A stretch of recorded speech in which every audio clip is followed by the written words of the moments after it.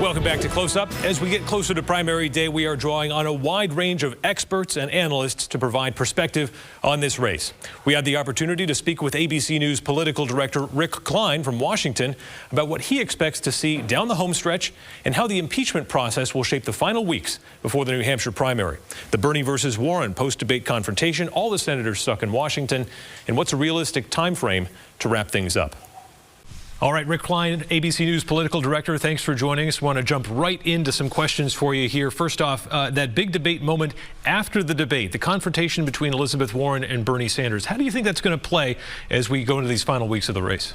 Fascinating, because those are the two progressive darlings going after each other and just having a flat-out disagreement about what was said directly. Only two people in the room, and they have much different recollections of it. And I think there's a sense on the part of the Sanders campaign that whatever was said, Elizabeth Warren is exaggerating it and trying to use it to political advantage. On the part of the Sanders campaign, they feel like Bernie Sanders is running away from that and should face more accountability. So I think that's one of the biggest questions of these next couple of weeks before Iowa and then the New Hampshire primary is how do those two absolute giants handle it? Both of them would be considered frontrunners in New Hampshire, and whoever comes out on top in Iowa would have an edge for the contest that comes just a week and a day later. And as you mentioned, the question is how do they take it out on the trail? That was what was supposed to be a private moment, essentially.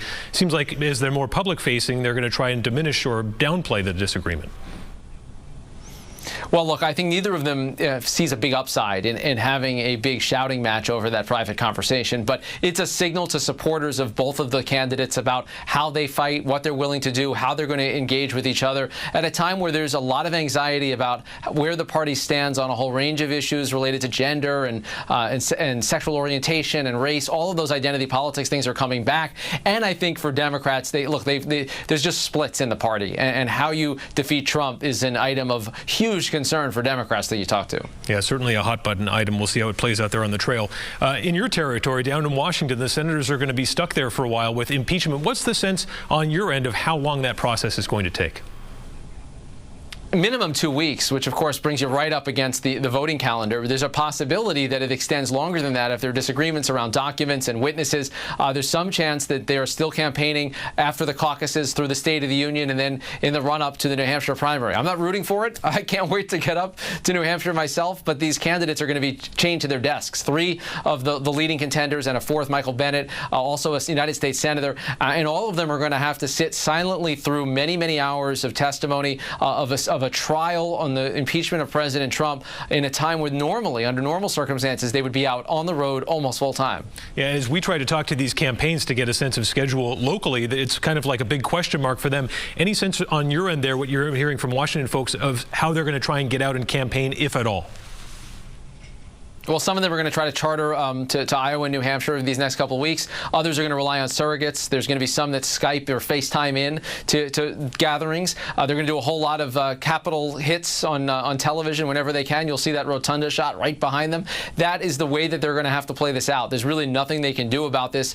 They can try to shuttle back and forth, but none of those senators wants to be seen as dropping the ball in any way, shape, or form on the historic moment that we're in right now, with only the third trial of a president on impeachment charges in the history of the country.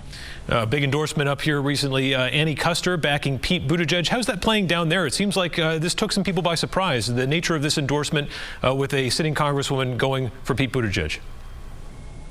It's a big one, and it's not lost on anyone that there's only 2 members of Congress in New Hampshire, that they're battleground districts, and that whatever happens in Iowa, New Hampshire is its own jump ball only a week later. So a lot of people are talking about that. It's one of the most high-profile endorsements that Pete Buttigieg has gotten anywhere in any state. And frankly, Buttigieg is going to have to build that together, because he's in a situation where if he doesn't overperform in Iowa, he is suddenly going to be seen as a belabored candidate, and he's going to have to bounce back in New Hampshire. If he wins in Iowa, then and is able to keep the momentum going, that's a big deal. So this was one of the most coveted endorsements on the board, and Mayor Pete got it.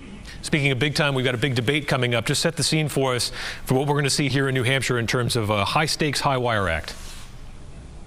Well, it's the first debate since the voting starts, and at that point, it is absolute urgency on the part of the candidates. A lot of the themes will be dictated by the events of these next couple of weeks, but you can count on the realization that the campaign begins to narrow very quickly after the early states. After the month of February, everything gets very busy and very national. So in terms of connecting with voters, it has to happen in New Hampshire, and the biggest platform by far is going to be on that debate. ABC News and WMUR bringing that to you on that Friday night.